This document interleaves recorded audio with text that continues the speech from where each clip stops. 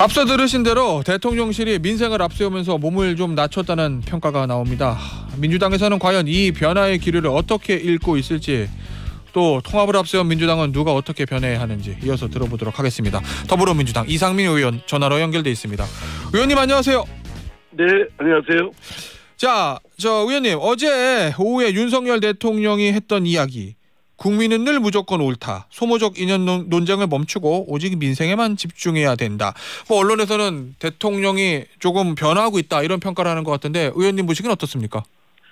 예, 종전보다는 좀 전향적 자세를 보이긴 했습니다만, 예, 마음을 진짜 고쳐먹고 국정을 바꾸겠다 이런 각오면 환영할 일인데, 예, 언뜻 보기에는 좀 엉거주춤한 자세입니다. 대통령이. 그래요? 대통령이 국민 앞에 무릎을 꿇어야 되거든요. 그거는 용기가 필요한 부분인데, 예, 국민 앞에 완전히 무릎을 꿇었다기보다는 엉거주춤하게 그냥 국민이 뭐라고 하든 옳다, 그리고 변경하지 말자 이런 취지인데, 예, 아니 그게 아니라 국민이 뜻이 오르면 따라야죠. 그리고 지금까지는 국민이 뜻이 오름에도 불구하고 윤석열 정부가, 또 윤석열 대통령이 국민의 뜻을 어긋나고 또 반하고 따르지 않았다는 점 때문에 지금 민심이 이반한 점에 대해서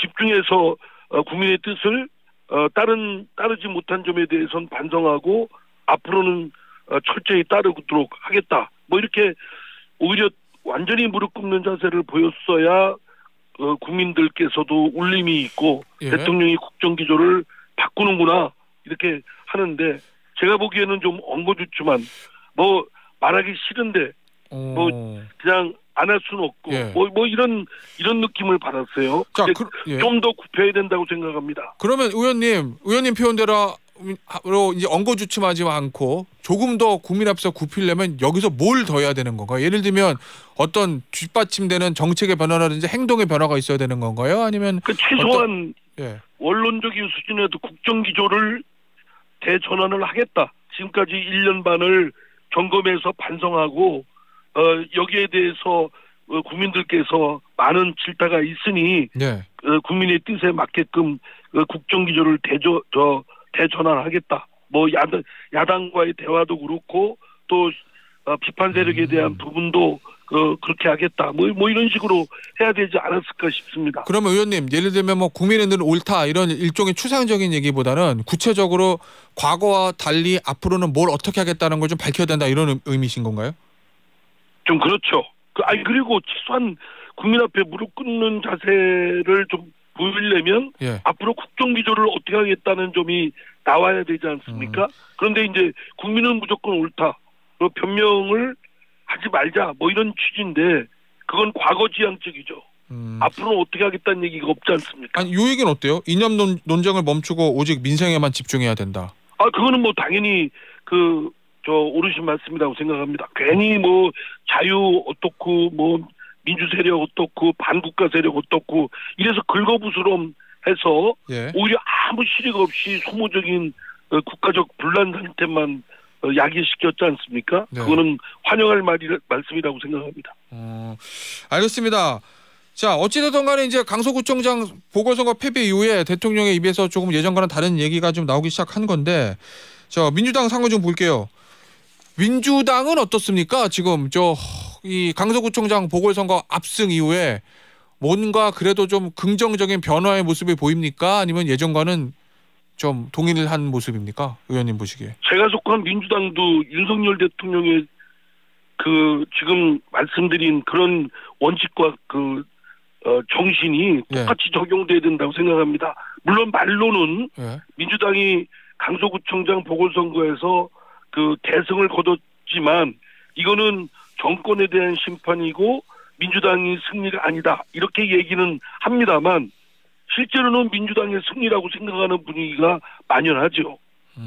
역시 이재명 대표의 그런 지도력하에 민주당이 결국은 수도권 민심에서 국민의힘을 완전히 눌러버렸다. 예. 내년 총선도 이 상태로 가면 잘 될 것이다.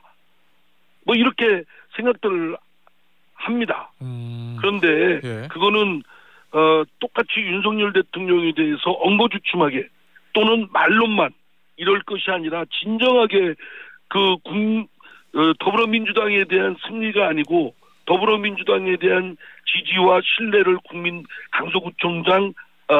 강서구 국민들이 보여준 것이 아니고 정권에 대한 윤석열 정권에 대한 호된 꾸지람을 한 것이다라는 점이 절절하게 느껴진다고 한다면 예. 이재명 대표의 대표 체제의 그 리더십에도 대전환이 있어야 되겠죠. 자, 그러면 지금처럼 예.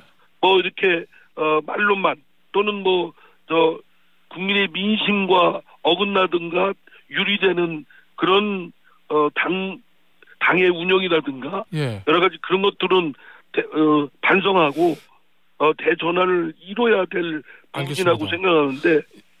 과연 그럴지는 모르겠습니다. 자, 의원님, 앞서 이제 국민의힘의 이용 의원은 이 강서구청장 보궐선거 패배가 총선을 앞두고 국민의힘에게는 약이 될 수도 있다, 뭐 이런 취지의 얘기를 하던데, 이상민 의원 보시기에는 민주당의 대승은 총선을 앞두고 약입니까?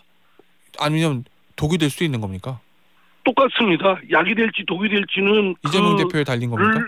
받아들이고 어떻게 대응해 나가는 그 집단의 여러 가지 마음의 수준이라든가 또는 실제로 드러나는 행동에 의해서 좌우되는 거지. 그게 뭐 반드시 뭐 약이 된다 또는 뭐 독이 된다 이거라고 할 수는 없을 거라고 생각합니다. 알겠습니다. 그거를 진정으로 민심을 받아들이고 민심에 따르고 민심에 맞게끔 그 역할을 제대로 하겠다. 이런 자세를 더불어민주당이 보인다면 뭐 약으로서 작용을 하겠지만 그야말로 말씀드린 대로 이번 강서구청 보궐선거에서 드러나는 민심이 그 국민의힘 또 윤석열 정부에 대한 호된 꾸지람이 총선까지 이어질 것이다. 반사적 이익을 민주당이 얻겠다. 이러고 생각한다면 독이 될 것은 뻔하지 않겠습니까? 알겠습니다. 의원님, 아무래도 민주당의 좀 뜨거운 감자 중에 하나는 소위 말하는 비명계 의원들, 뭐 가결파 의원이라고 표현하기도 하고 일부에서는 뭐 해당 행위를 한 의원들이라고 표현하기도 하던데 그 의원들에 대한 징계 문제, 그 당내 통합 문제 아니겠습니까? 그건 지금 방향을 어떻게 잡고 있다고 보세요? 이재명 대표 입에서 나오는 메시지는 그래도 통합의 메시지가 계속 나오는 것 같긴 하던데요. 지난번 이재명 대표 체포동의안 표결에 대한 찬반에 대한 의원들에 대해서 가결 표를 던진 그 의원들에 대한 무슨 징계 운운하는 건 도저히 그게 웬 좀 엉뚱한 얘기인가? 그거 한번 민심에 한번 물어보십시오. 어떤 게 맞는 얘기인지. 근데 그거부터가 하나의 바로미터가 될 거라고 생각합니다. 말로는 민심에 충실하고 또 이거는 민주당의 승리가 아니고 민주당도 아주 혁신에 나서겠다라고 말은 하지만 그런 것들이 아직까지도 뭐 징계 운운을 하고 있다는 게 얼마나 상식에 반하고 이치에 반하는 얘기입니까? 그거에 대해서 제가 어쩌고 저쩌고 말 대꾸도 하기야 싫습니다.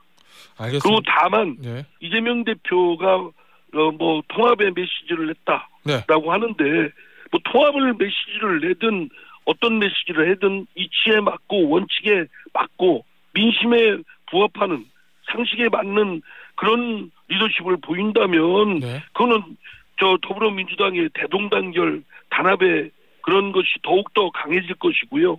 그렇지 않다고 한다면 당대표의 그런 리더십에 잘못된 것이 있다면 당연히 비판의 목소리가 나올 수 있는 건 당연한 거 아니겠습니까? 그거를 분열 운운하는 것 또한 말이 안 되는 얘기라고 생각합니다. 알겠습니다.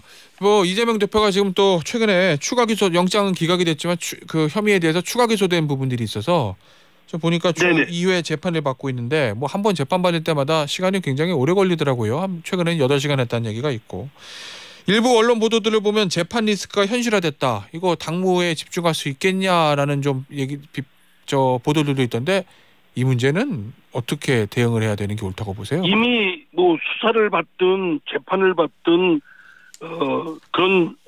그런 거에 대한 정신 집중이나 또는 시간 물리적 할당이나 이런 걸 볼 때 네. 당대표로서의 직무 수행이 상당히 제약돼 있고 어려움이 있을 것이고 또 전체적인 당에 미치는 부정적 영향이 클 것이기 때문에 대표를 사퇴할 것을 주장을 해왔습니다만 예. 지난번 이제 체포동의안 영장 심사가 기각되고 그 이후 강서구청에서 민주당 후보가 대승을 하고 난 이후에 당의 분위기는 지금 저처럼 지금 제가 이재명 대표의 사퇴를 주장하면 완전히 뜬금없는 엉뚱한 소리로 치부될 것이기 때문에 그 주장을 계속하지는 않겠습니다. 네. 그러나 이건 충분히 예견됐던 부분이기 때문에 예. 이 부분에 대해서 과연 당대표로서 수행이 하는 게 적절한 건지 아닌지는 이재명 대표 스스로가 한번 돌아보길 바랍니다. 알겠습니다. 이재명 대표의 부인인 김혜경 여사 법인카드 얘기 마지막으로 좀 질문을 좀 드릴게요. 어제 보니까 이 대표가 알고도 묵인했다고 주장했던 공익신고자가 어제 오늘 예정됐던 국감 증인 출석이 무산되면서 실명 기자회견을 했었는데 이 문제에 대해서는 당은 어떻게 대응하는 게 맞다고 보세요? 김동연 경기도지사도 감사 결과 네. 여러 건의 100건 정도로 얘기를 하더라고요. 예. 최소한 어떻고 이런 얘기가 국감장에서 할 때 예. 상당히 좀 반신반의를 했습니다만 그것이 경기도지사의 답변으로부터 드러난 걸 보고 좀 경악을 금치를 못했습니다. 어쨌든 그 사실의 진위 여부는 본인들은 아니라고 하니까 어쨌든 그거에 대한 것을 민주당으로서는 진위를 파악을 해야 되지 않겠습니까? 지난번 돈봉투 사건이나 등등 코인 사건에도 사실은 자정 기능이 사실은 멈춰서 있었는데 네. 그거는 옳지 않다고 생각됩니다. 이런 일이 당대표든 누구든 그 주변이든 이런 일이 생겼고 그런 문제가 의혹이 제기됐던 말고 한다면 예. 이에 대한 진위를 확인하는 절차에 적극 나서서 국민 앞에 보고를 사실대로 해야 될 의무가 있다고 생각합니다. 알겠습니다. 이 경기도지사 입장에서 김동연 지사가 한 얘기긴 한데 김동연 지사가 국민의힘 소속이 아니라 민주당 소속이고 또 아마 차기 대선에서 민주당 후보를 놓고 이재명 대표와 경쟁할 수 있는 사이라서 김동연 지사가 국감장에서 그 얘기한 거에 대해서는 어떻게 보고 계세요? 저는 김동연 지사가 이를 감춰주고 싶어도 감출 수 있는 사안은 될 수가 없죠. 왜냐하면 경기도의 공식 감사관에 의해서 이루어진 건데 경기도지사가 그걸 어떻게 손바닥으로 하늘을 가릴 수 있겠습니까? 그건 있는 대로 보고를 할 수밖에 없는 것이고 그런 어떤 경쟁 관계나 정략적 그런 관계가 고려됐을 거라고 생각되지는 않습니다. 알겠습니다. 오늘 이상민 의원과 인터뷰는 여기서 마무리하도록 하겠습니다. 지금까지 더불어민주당의 이상민 의원이었습니다. 감사합니다. 감사합니다.